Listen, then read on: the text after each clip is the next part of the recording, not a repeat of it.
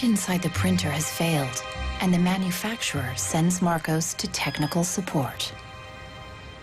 El meu tècnic fa un diagnòstic previ, pero aquest diagnòstic ja són 15 euros més IVA. Seguramente será difícil encontrar las piezas para poder repararla. Realment, reparar-la no li surt molt a compte. Que reparar-la parlem d'uns 110, 120 euros. Tienes impresoras desde 39 euros. Jo t'aconsellaria que miressis impressores noves. Així que, sens dubte, jo em compraria una nova, It's no coincidence that all three shopkeepers suggest buying a new printer. If he agrees, Marcos will become yet another victim of planned obsolescence, the secret mechanism at the heart of our consumer society. Our role in life seems to be just to consume things with credit, to borrow money to buy things we don't need. Nous vivons dans une société dominée par une économie de croissance dont la logique est non pas croître pour satisfaire les besoins, mais croître pour croître. So if the consumer does not purchase, the economy is not going to grow. Planned obsolescence. The desire on the part of a consumer to own something a little newer, a little sooner than is necessary. This film will reveal how planned obsolescence has defined our lives ever since the 1920s, when manufacturers started shortening the lives of products to increase consumer demand. Also hat man sich gedacht, dann beschränken wir einfach die Lebensdauer auf 1000 Stunden. We will find out how designers and engineers were made to adopt new values and objectives. Was back to the drawing board and come out with something that was more fragile. They time those things. They time them, so when you finally paid for them, they're used up. A new generation of consumers has started challenging manufacturers. Is it possible to imagine a viable economy without planned obsolescence, without its impact on the environment? Posterity will never forgive us. Posterity will suddenly find out about the throwaway lifestyles of people in the advanced countries.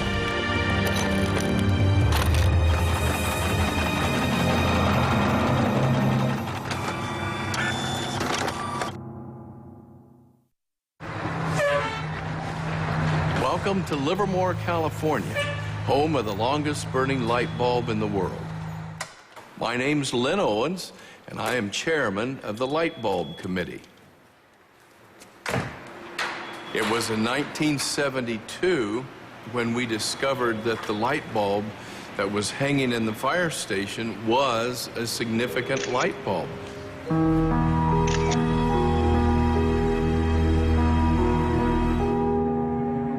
The light bulb at the Livermore fire station has been burning continuously since 1901. Ironically, the bulb has already outlasted 2 webcams.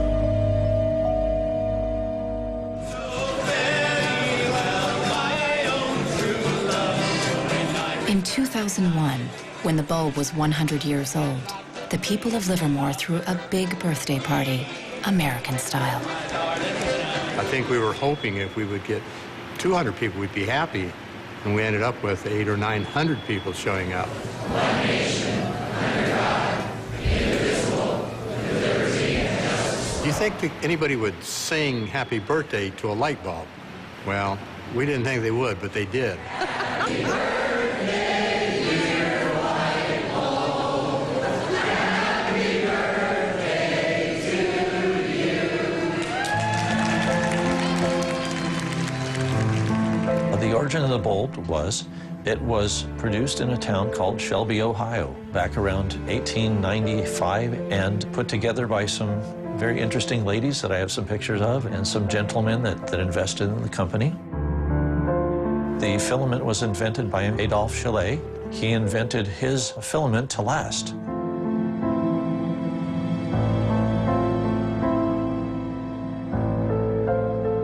Why does his filament last? I don't know. It's a secret that he made and that died with him.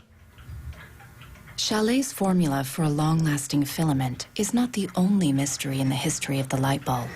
A much bigger secret is how the humble light bulb became the first victim of planned obsolescence. Weihnachten 1924 war ein ganz besonderer Tag. In einem Hinterzimmer in Genf trafen sich einige Herren in Nadelstreifenanzügen, um einem geheimen Plan nachzugehen.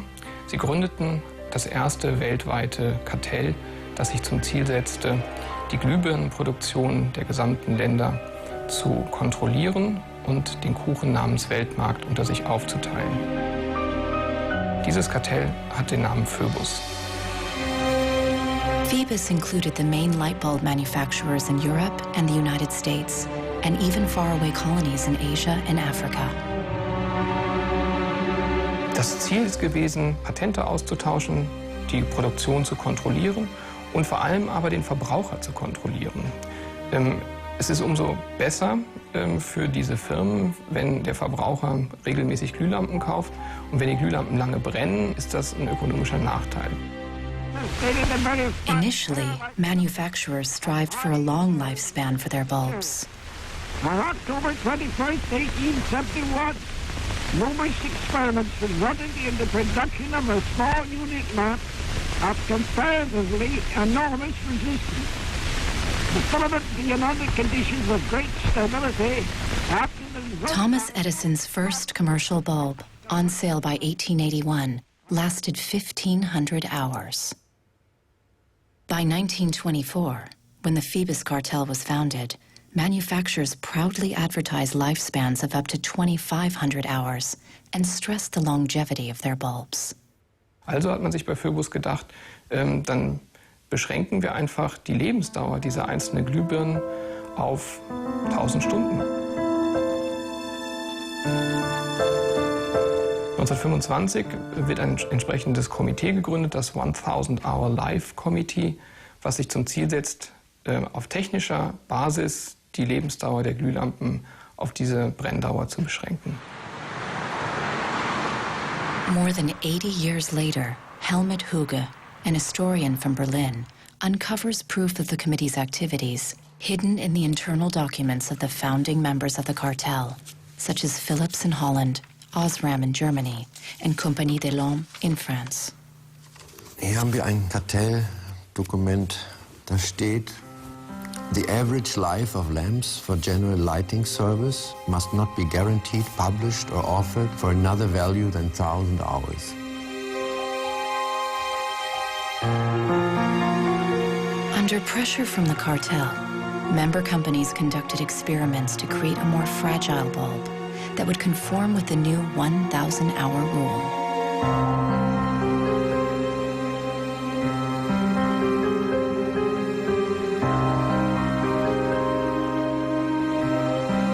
Bulb production was monitored rigorously to make sure cartel members complied. Eine Maßnahme bestand beispielsweise darin, einen Prüfstand zu errichten, in dem viele kleine Sockel zu finden sind, in die dann wiederum einzelne Exemplare aus verschiedenen Produktionsreihen eingeschraubt wurden. Und Firmen wie Osram haben dann genauestens protokolliert, wie lange diese Lampen brannten. Phoebus enforced its rules through an elaborate bureaucracy. Members were fined heavily if their monthly life reports were off the mark.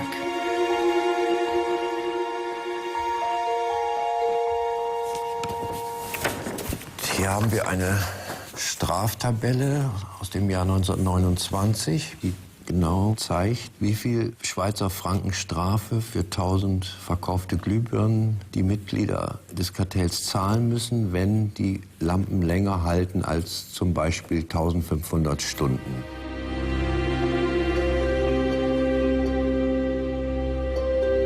As planned obsolescence took effect, lifespans fell steadily. In just 2 years, they dropped from 2,500 hours to less than 1,500 hours. By the 1940s, the cartel had reached its goal. 1,000 hours had become the standard lifespan for bulbs. I can see how this was very tempting in 1932.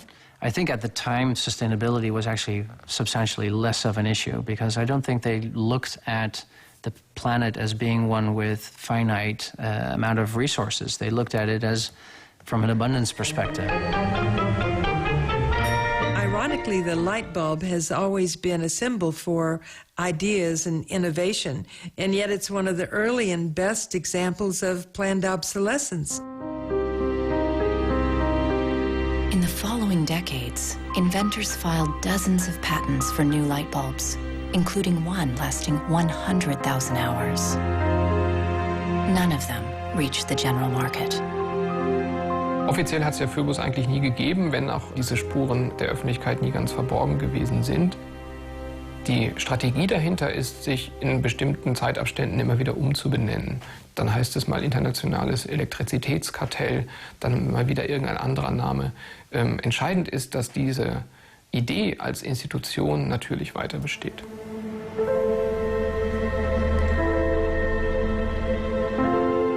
In Barcelona, Marcos hasn't followed the advice of the shopkeepers to replace his printer. He's determined to repair it and has found somebody on the internet who has discovered what has actually happened to his printer.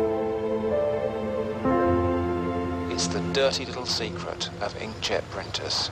I tried to print a document and it said parts inside your printer require replacement, so I decided to do a little servicing of my own. Hello, Marcos. I got your message. Marcos has contacted the author of the video. How are you? I looked into it, and it turns out that there's a thing in the bottom of the printer called a waste ink reservoir. And the way inkjet printers work is they constantly have to clean the print heads, and they do that by squirting ink through them down a hole in the bottom of the printer into this great big sponge. There's just a preset time when it's squirted a certain number of drops down there that then the printer decides it's full of ink and won't function anymore. Mm-hmm. The justification is they don't want us to put ink all over your desk. But I think the problem goes deeper than that. It's the way the technology works. It's just designed to fail.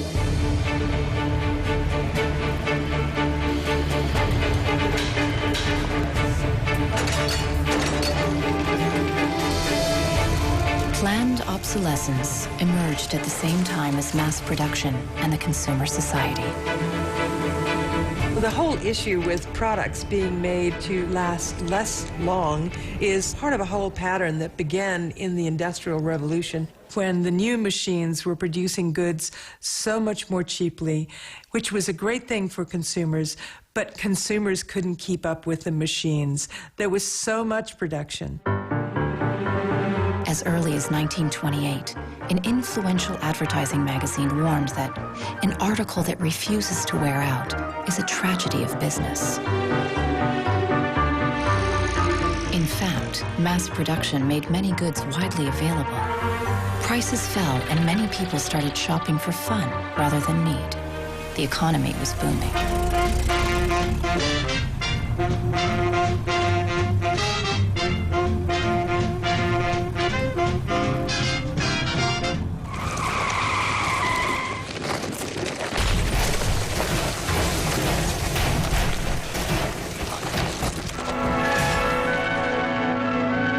In 1929, the emerging consumer society came to a full stop when the Wall Street crash sent the U.S. into a deep economic recession. Unemployment reached staggering proportions. By 1933, 1/4 of our labor force was unemployed. People no longer queued for goods, but for work and for food. From New York came a radical proposal on how to kickstart the economy again. Bernard London, a prominent real estate broker, suggested ending the Depression by making planned obsolescence compulsory by law. It was the first time the concept was put into writing.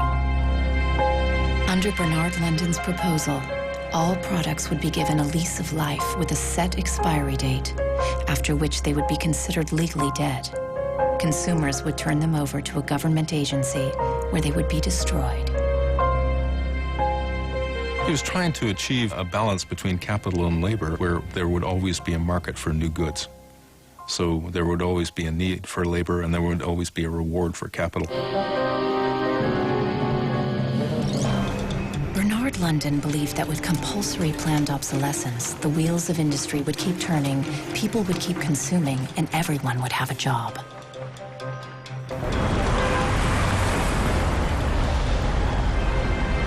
Giles Slade has come to New York to investigate the person behind the idea.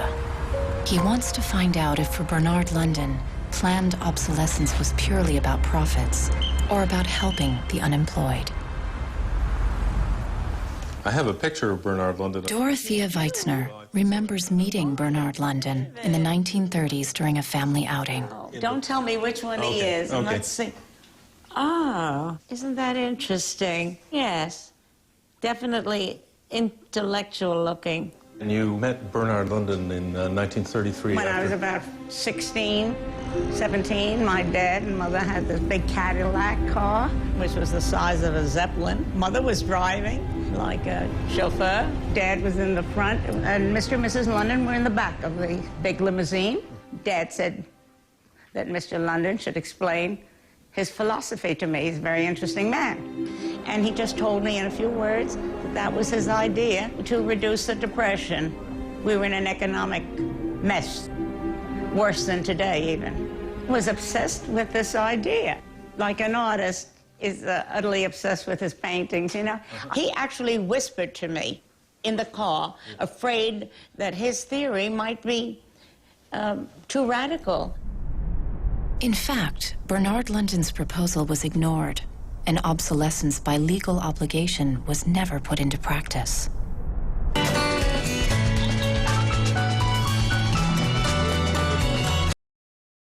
Planned obsolescence is at the root of the substantial economic growth that the Western world has experienced since the 1950s. Ever since, growth has been the holy grail of our economy. Nous vivons dans une société de croissance dont la logique est non pas croître pour satisfaire les besoins, mais croître pour croître, croître à l'infini, faire croître sans limite la production et pour justifier cette croissance de la production, faire croître sans limite la consommation. Serge Latouche is a noted critic of the growth society and has written extensively about its mechanisms. Au fond, il y a trois instruments fondamentaux qui sont la publicité, l'obsolescence programmée et le crédit.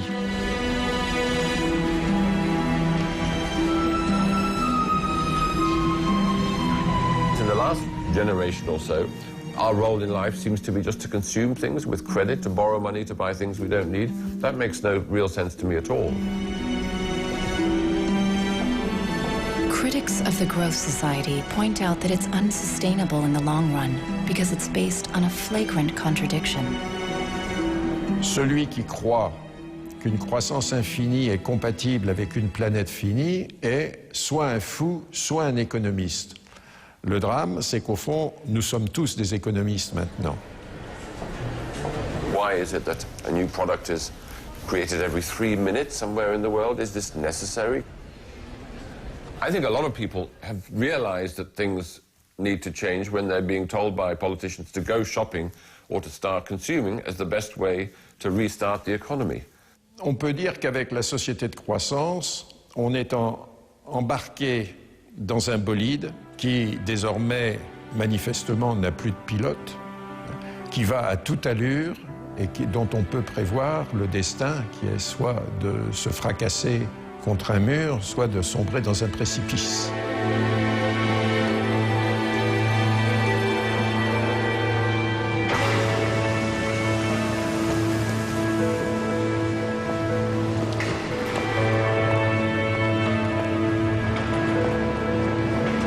Looking at the service manuals of different printers, Marcos realizes that the lifespan of many printers is set by the engineers right from the start.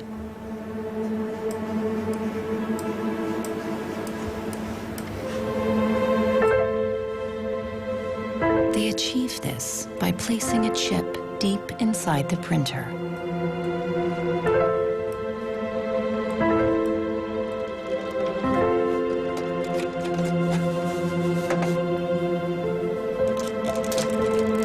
Il y a trovato il chip que és una EEPROM, que és un xip on es guarda una compta d'impressions.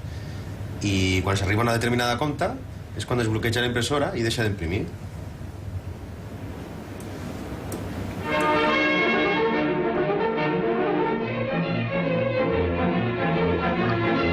How do engineers feel about designing products to fail? The dilemma is captured in a British film from 1951, where a young chemist invents an everlasting thread. He believes that great progress has been made.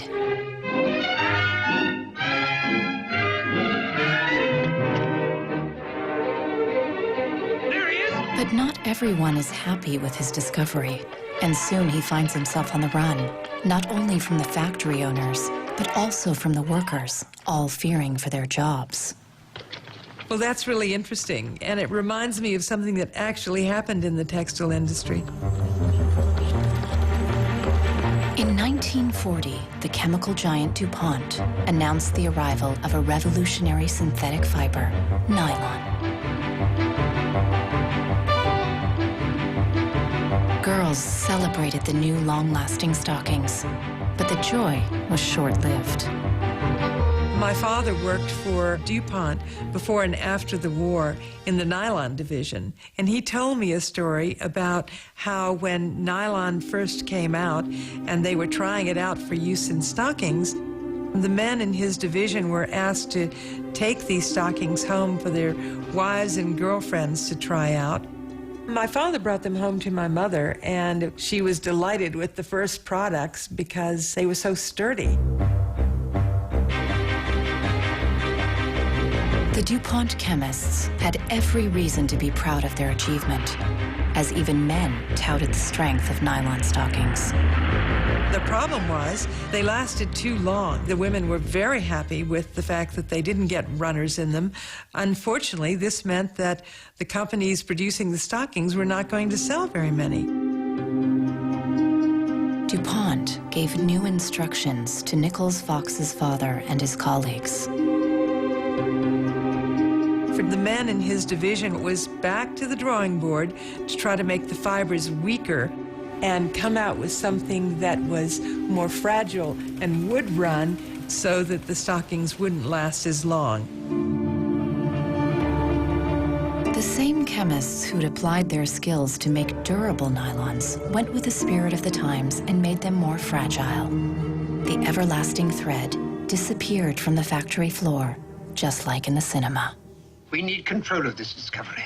Complete control. If you want twice the amount in that contract, we will pay it. $250,000. To suppress it. Yes. How did the chemists at DuPont feel about deliberately reducing the life of a product? It must have been frustrating for the engineers to have to use their skills to make an inferior product after they'd tried so hard to make a good product. But in a way, I suppose that's the outsider's view. Probably they just had a job to do. Make it strong, make it weak. That was their job. Engineers were in a really complicated ethical time. This confrontation with planned obsolescence provoked them to examine their most basic ethical concepts. There was an old school of engineers who believed that they should make a permanent, usable product that would never break. And there was a new school of engineers that were driven by the market who were clearly interested in making the most disposable product that they could. And this debate resolved itself by these new school of engineers taking over. Planned obsolescence did not only affect engineers. The frustration of ordinary consumers is echoed in Arthur Miller's classic play, Death of a Salesman. Just like Willie Lomax, all consumers could do was complain powerlessly. Once in my life, I'd like to own something outright before it's broken. I'm always in a race with the junkyard. Just finished paying for the car, and it's on its last legs. The refrigerator consumes belts like a crazy maniac. They time those things. They time them, so when you finally paid for them, they're used up. Little did consumers know that on the other side of the Iron Curtain, in the countries of the Eastern Bloc, there was a whole economy without planned obsolescence.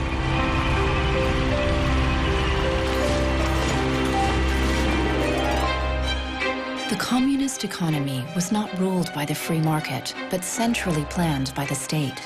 It was inefficient and plagued by a chronic shortage of resources. In such a system, planned obsolescence did not make any sense.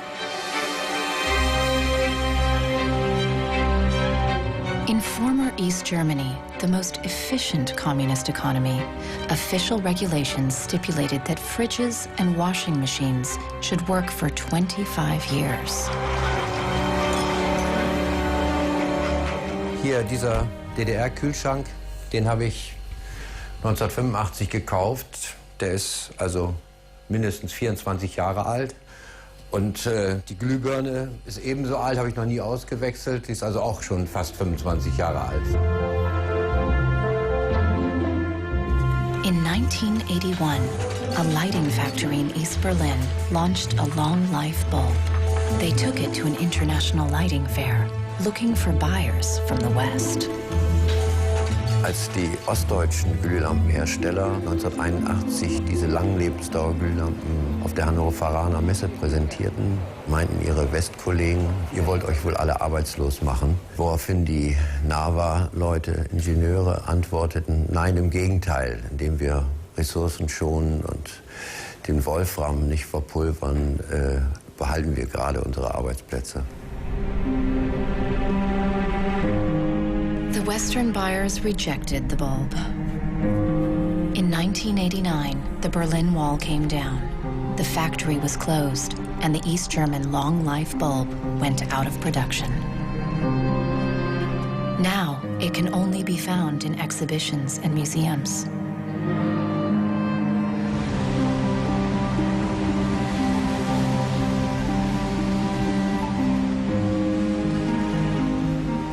Years after the fall of the Berlin Wall, consumerism is as rampant in the East as it is in the West.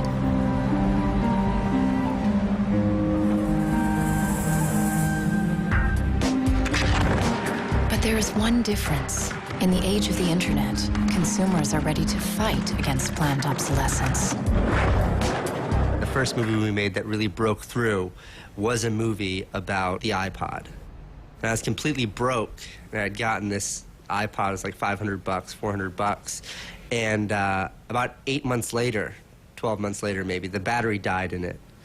And I called Apple to ask them to replace the battery. And their policy at the time was to tell their customers to buy a new iPod. You might as well go get a new one. Apple doesn't offer? No. Apple doesn't offer a new battery for the iPod? No. It wasn't that the battery died that was annoying, because in my Nokia cell phone, the battery dies, you buy a new battery. Even in my Apple laptop, when the battery would die, you replace the battery. But in the iPod, this expensive piece of hardware, when the battery died, you had to replace the entire unit. So it was my brother's idea to make a movie about computers, end-of-life television sets, which nobody wants in the developed countries. Shipping electronic waste to third-world countries is forbidden by international law. But the merchants use a simple trick. They declare the waste as second-hand goods.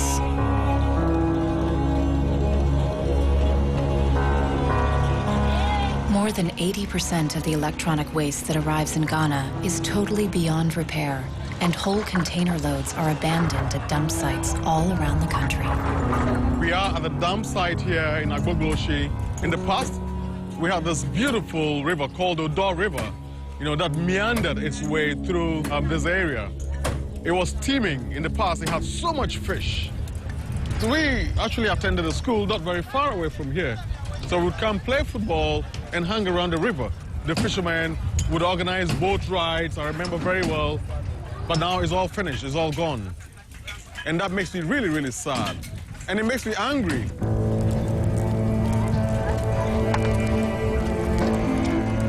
These days, there are no school kids playing here after class. Instead, youngsters from poor families come here looking for scrap metal. They burn the plastic-covered cables from the discarded computers to salvage the metal inside.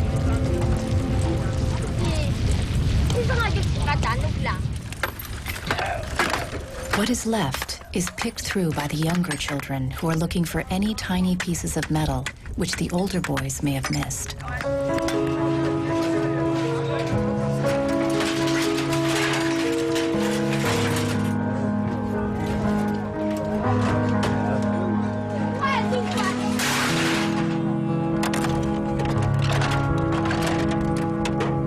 Behind the shipments have said that, well, we're trying to bridge the digital divide between Europe, America, and then the rest of Africa and Ghana, of course. But the reality is that these computers that are sent here simply do not work. There's no point in receiving electronic waste when you cannot deal with it, more so when you did not produce it and your country is being used as the world's trash bin.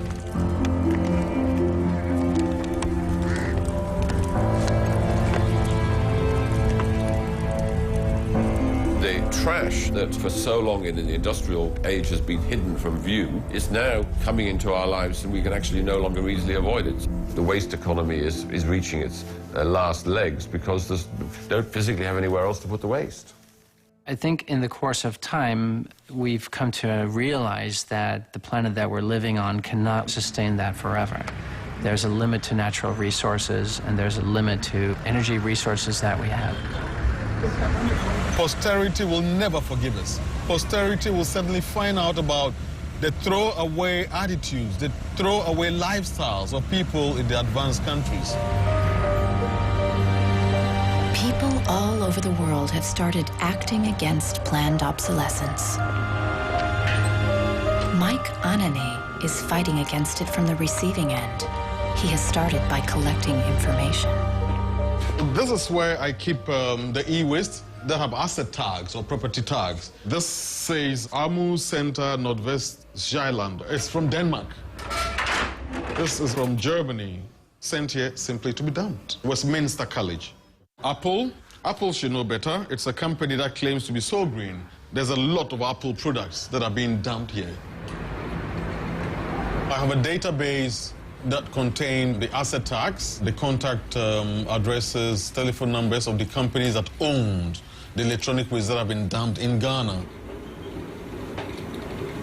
Mike Anane plans to turn this information into evidence for a court case.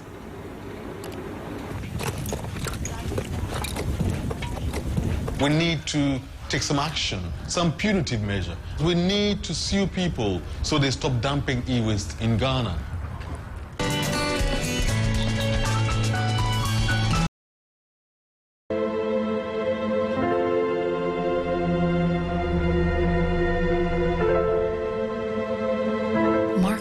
Is on the internet again, looking for a way to extend the life of his printer. He has discovered a Russian website which offers a free software for printers with a counter chip. The programmer has even gone to the trouble of explaining his personal motivation. This happens due to bad construction. This is their business model. Not a good one for user and environment. So I looked and found a way to make user-friendly software to allow active users reset an input counter. Marcos doesn't know what to expect, but downloads the software anyway. From a small village in France, John Thakura fights planned obsolescence by helping people share business and design ideas which come from all over the globe. In all poorer countries, things are repaired automatically. The notion you throw a product away just because it breaks for some reason is completely unknowable and unthinkable, actually, to somebody in the South. In India, there's an actual word, jugaad, to describe this tradition of being able to fix things pretty much regardless of the complexity of it. We try to find people who are actively doing projects in the world rather than just talking about things or making abstract statements about how awful things are or what has to be changed.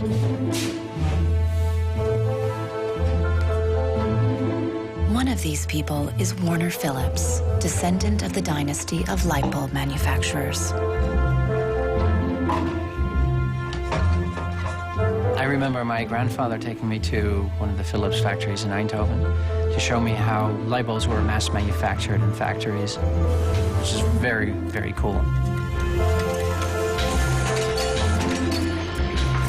Nearly 100 years after the creation of the light bulb cartel, Warner Phillips follows family tradition with a different approach. He produces an LED bulb, which lasts 25 years. It's not like there's a green world and there is a business world. I think business and sustainability go hand in hand. It's actually the best basis to build a business on. And the only really real way to do that, I believe, is to factor in the true costs of the resources that have been used, but you also look at the energy consumption. You also look at the indirect energy consumption of transportation. Si on faisait vraiment payer aux transporteurs le coût réel du transport, sans parler du fait que le pétrole est une ressource non renouvelable et pour lequel on n'a pas vraiment de substitut, je dirais que le prix du transport devrait être multiplié par 20 ou 30. If you factor all of that into every product that you manufacture, then there will be huge incentives for manufacturers and entrepreneurs all over the planet to make products that last forever. Fighting against planned obsolescence can also be achieved by rethinking the engineering and production of consumer goods. A new concept called cradle to cradle claims that if factories worked like nature, planned obsolescence itself would become obsolete. Wenn man über Umweltschutz redet, meint man bei uns immer sparen, verzichten, vermeiden, reduzieren, Nullabfall, weniger schädlich. Wenn man sich die Natur aber im Frühling anschaut, ein Kirschbaum, kein Sparen, kein Verzichten, kein Vermeiden. Nature produces abundantly, but fallen blossoms, dead leaves, and other discarded materials are not waste. They become nutrients for other organisms. A cycle. Die Natur kennt keine Abfälle, sondern sie kennt nur Nährstoffe. Braungart believes that industry can imitate this virtuous cycle of nature. He proved that this is possible when he redesigned the production process of a Swiss textile company. Wenn man zum Beispiel einen Stoff hat dazu, ein Sofa damit bezieht oder ein Stuhl, dann sind die Zuschnitte, was man abschneidet, so giftig, dass es als Sondermüll entsorgt werden muss. Braungart found that hundreds of highly toxic dyes and chemicals were routinely used at the factory. For the production of the new fabrics, Braungart and his team reduced the list to 36 substances, all biodegradable. Wir suchen jetzt alle Zutaten raus, dass man sie auch essen könnte. Das heißt, Sie können die klein schneiden und in Müsli packen, wenn Sie wollen. Wenn man eine Müllgesellschaft hat, ist jedes kurzlebige Produkt natürlich ein Müllproblem. Wenn es aber eine Gesellschaft ist, die Nährstoffe macht, ist jedes kurzlebige Produkt wieder eine Chance, etwas Neues zu machen. For the more radical critics of planned obsolescence, reforming production is not enough. They want us to rethink our entire economic system and our values. C'est une vraie révolution. C'est d'abord une révolution culturelle, parce que c'est un changement de paradigme, c'est un changement de mentalité. This revolution is called degrowth. Serge Latouche travels from conference to conference explaining how to get out of the growth society altogether. La décroissance, c'est un slogan provocateur qui a pour fonction de rompre avec le discours un peu euphorisant de la croissance possible, infinie, soutenable, et donc pour marquer la nécessité de changer de logique. L'essentiel du programme, en quelque sorte, de la décroissance tient en un mot, réduire. Réduire notre empreinte écologique, réduire nos gaspillages, notre surproduction, notre surconsommation. Réduisant la consommation, en réduisant la production, mais en libérant du temps libre, on peut développer d'autres formes de richesse qui ont l'avantage de ne pas s'épuiser quand on les consomme, comme l'amitié, le savoir. We increasingly rely on objects to give us a sense of self-esteem and identity. partly the consequence of the breakdown of things that used to give us identity, like membership of a community or relationship to the land, or all sorts of soft and social things which have been replaced by consumerism.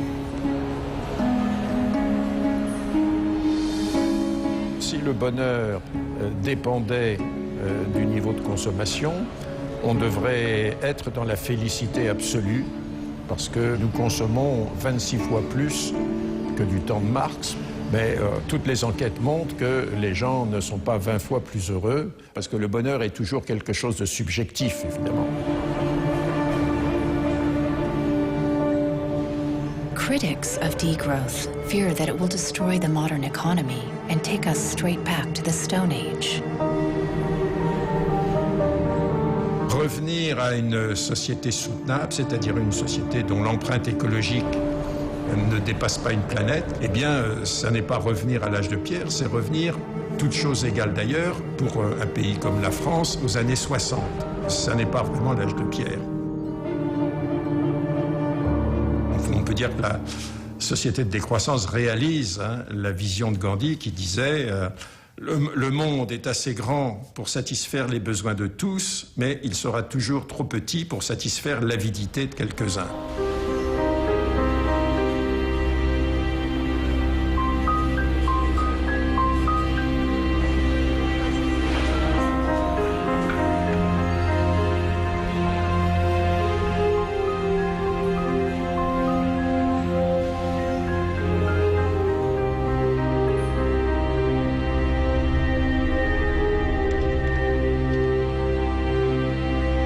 Marcos is installing the Russian freeware on his computer. The new software allows him to reset the counter chip inside his printer back to 0. The printer immediately unblocks.